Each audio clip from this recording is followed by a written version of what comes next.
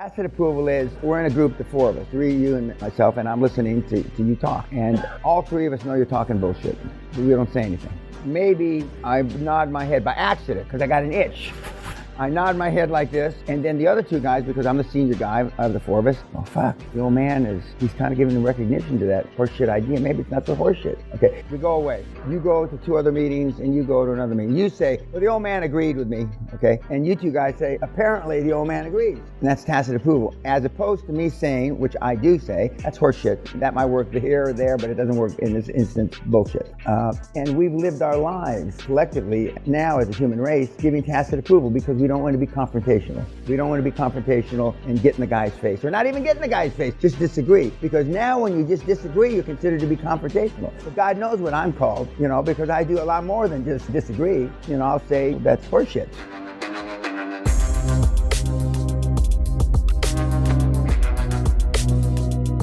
Has everybody in here ever met Steve? I'm going to say this is slightly tongue-in-cheek. Have you ever fucking met anybody? No. I actually met Winston Churchill, not the Winston Churchill. Sally and I went, when we went to get my investiture by the Queen, he sat at a table with a guy, and he says, hi, Winston here. And then there was a 3-star general guy, and I didn't think anything of it. And then somebody across the table said, Mr. Churchill. And my Ned, like in The Exorcist, spun around, and I go, he says, excuse me, sir, are you Winston Churchill? He says, yes. So I'm thinking, this guy a fucking liar or what? And this big event that I'm going to get a big award. So he says, I don't know why my name is Churchill, but I don't know why my parents named me Winston. But we're not related to the Duke of Marlborough. I go, Jesus, this guy's about 70 years old, so all your life? He says, yeah. He says, believe me, more than once have I thought about changing my name. But I did meet Winston Churchill's son, who was a member of Parliament 30 years ago. His name wasn't Winston, but he retired in Palm Springs, Desert Hot Springs, near where my dad was retired. What do you think about Steve? Other than he's not like you, but what do you think about Steve? Enthusiastic. Big time. They used to say that he wore his clothes out from the inside out. He was always jumping around, not dissimilar to myself. What else about Steve? Master communicator. He attributes his success because he's a master salesman. And, the high-performance guys like Steve Jobs, Bill Gates, they were salesmen, because they were in love with their idea because it was their passion. Microsoft wasn't initially Ballmer's passion. It was Bill's, and Bill then brought him in almost at the very beginning. But he could sell. Yes. He would charge his employees through high performance. We're going to see some of the, just like success leaves clues, we're going to talk about this morning, some litigation that Microsoft was involved in. Steve Ballmer throwing computers at people, trying to throw people out windows. That's the only time, people that have known him a long time, that he ever talked that long without saying fuck. By the way, Elon Musk's favorite word is fuck. Every 5th or 6th word is fuck. And you're so careful about how you talk. Almost all the high-performance guys swear a lot. I'm not suggesting that you have to be a gutter sailor mouth,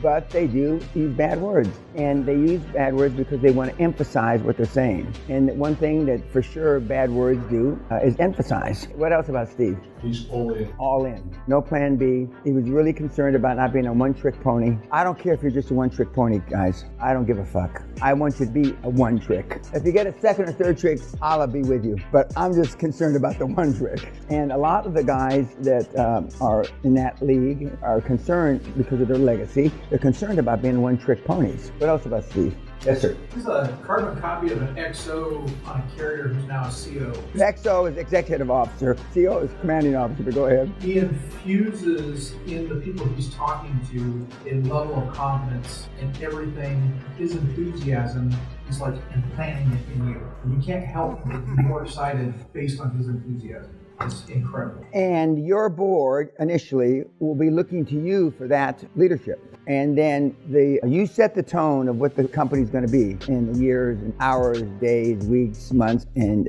years to come. They're going to be looking to you. And with that enthusiasm, I may be wrong, but I'm never in doubt. And being not disingenuous, I've stuck my foot in my big fucking mouth on a few occasions. Or as they say in Texas, my alligator mouth has overloaded my hummingbird ass more than once. But on total, it has stood me in good stead. And part of the reason that I'm not the way that I am is because of my military training because, they weren't interested, whether you were a corporal, a sergeant, or a lieutenant, they weren't interested in, well, I think maybe we're going to do it this way. I think it's going to work out. For example, for those of you that played sandlot football, American football on a big yard or a big park grounds, there's two teams and you're playing on maybe 6 or 7 on each team. And so you huddle up, you've got the ball and you're maybe on halfway down, whatever, it's not 100 yards, but you're 30 or 40 yards from the, and I'm the quarterback and I ask him, can you beat that guy in the flat? Can you beat him around the corner? And he says to me, well, it's raining and I could slip in the mud and maybe he's got peripheral neuropathy like me. Don't throw it to me, Dan, because I can't catch the fucking ball. And then the other guy says, hey, I can beat that fucker in the flat, throw it to me. Who are you gonna throw it to?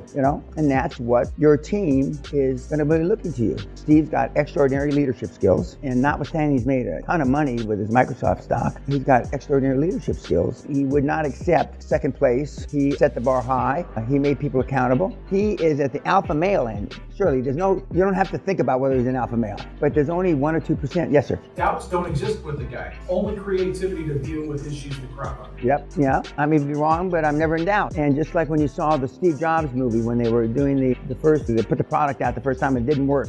Or when he wanted a blue shirt with a pocket, and there were no blue shirts with a pocket, I think, if I remember correctly. He wasn't interested to hear that there were no fucking blue shirts with no pockets. Just get a blue shirt with a pocket. And I've been around a lot of high-powered guys. NASA scoop, when Mr. Grasso said something, he wasn't interested that, well, they're out of season or they're not going to be here till tomorrow. He just wanted it to get done. He would not accept no for an answer, and he wouldn't accept anything but success. But now you've seen different high-performance leaders. Tonight, you're going to see a completely different one that is more your personality. But most of the guys are introverts. Most of the guys are insecure. It's hard to accept that Bill Gates, Buffett are insecure introverts, but they are. If you look at Warren Buffett, the way he used to talk 20, 25 years ago to the public at a Berkshire Hathaway shareholders meeting, which were online, and you look how he did at the last Berkshire Hathaway meeting, it's two different guys. Of course, he's done it 25 years now. Just as, maybe I shouldn't have brought up that analogy. I don't want you to take 25 fucking years to figure this shit out. Now, I'm gonna still be alive, but I may not be coaching 25 years. And you look at Bill Gates, what he looked like 25 years ago, and the way he used to talk to the shareholders.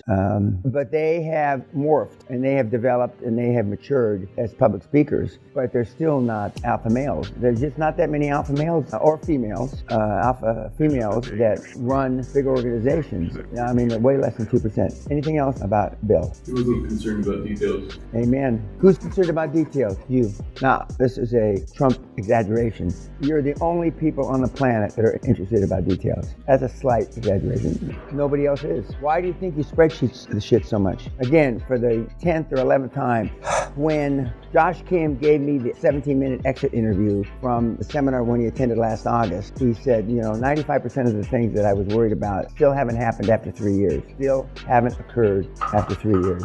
But somebody in the organization has to be crossing the T's and dotting the I's. Somebody's got to be detail-oriented, but it's not you. It's not you. I forgot, normally I say this at the beginning. How many of you guys, ex-military, former and other? Okay. I forgot to thank you for your Navy guy and Canadian Forces guy. Thank you for your service. Anything else about Bill other than he's really your alter ego. He is the guy a lot of times you'd like to be like. People say about me that Dan says the things I only dare to think, because even the introverts would like to tell us, well, that guy's full of shit. That guy's fucked up. He's wrong. But you don't. Tacit approval. I'm going to talk about this. Is a good time to talk about tacit approval. Tacit approval is we're in a group, the four of us, three, you and myself, and I'm listening to you talk. And all three of us know you're talking bullshit, but we don't say anything. Maybe I nod my head by accident because I got an itch.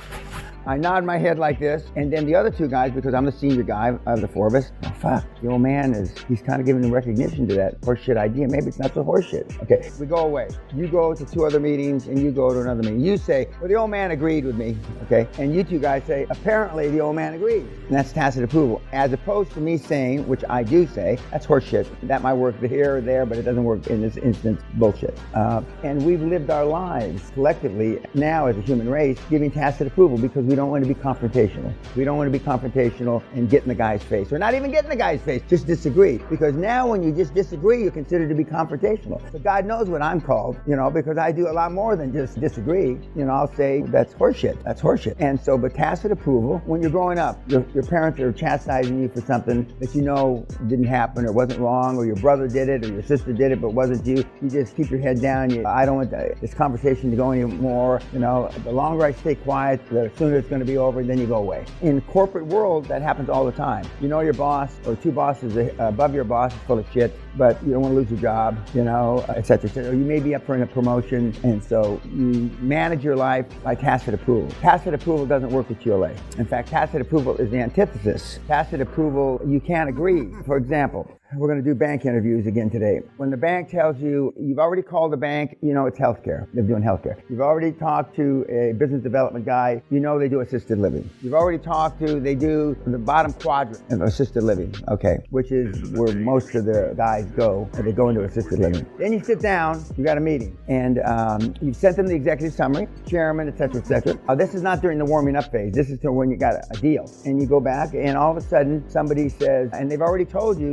it's 3 to 5 times EBITDA, their lending parameters. But you'll get a guy right out of training school. And normally when you sit down with a bank, there's normally one kind of middle manager, and there's one junior, and there's one junior taking notes. And by the way, don't take notes in any of these meetings. I meant to say that the other day, but I forgot. You don't take notes. But as soon as you leave the goddamn meeting, as soon as you get out of the fucking building, you find a bench someplace to sit down, and you memorialize as much as you can remember. But not in the meeting. Not in the meeting. Now, but anyway, somebody's taking notes. So then, even though you've got all this information, the middle manager that's meeting with you tells you that we want 40% equity, loan to value, which is just the opposite of what you were told, because the parameters that you were given were 3 to 5 times cash flow. And you sit there and don't say anything. And you just listen, and you go leave the meeting with your tail between your legs. And then, the first person you blame is me. The second person you blame is QLA, the model. The model doesn't work now. Well, you should have stuck not your foot up their ass, but you should have leaned forward to, excuse me, pursuant to the such and such a talker to such and such,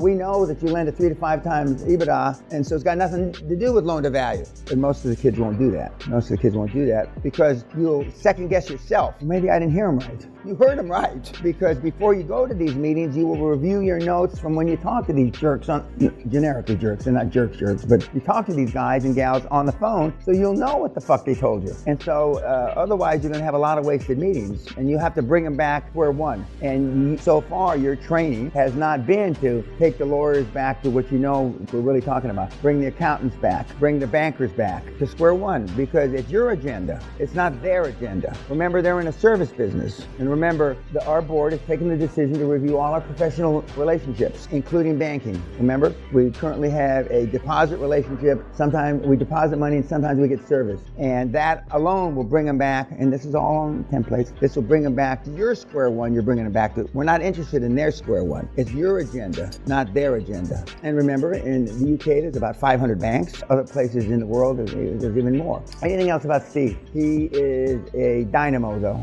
I mean, for real. He was really low-key there. Really low-key, because I think he might have mentioned, I know that this was going to be on YouTube or forever and ever.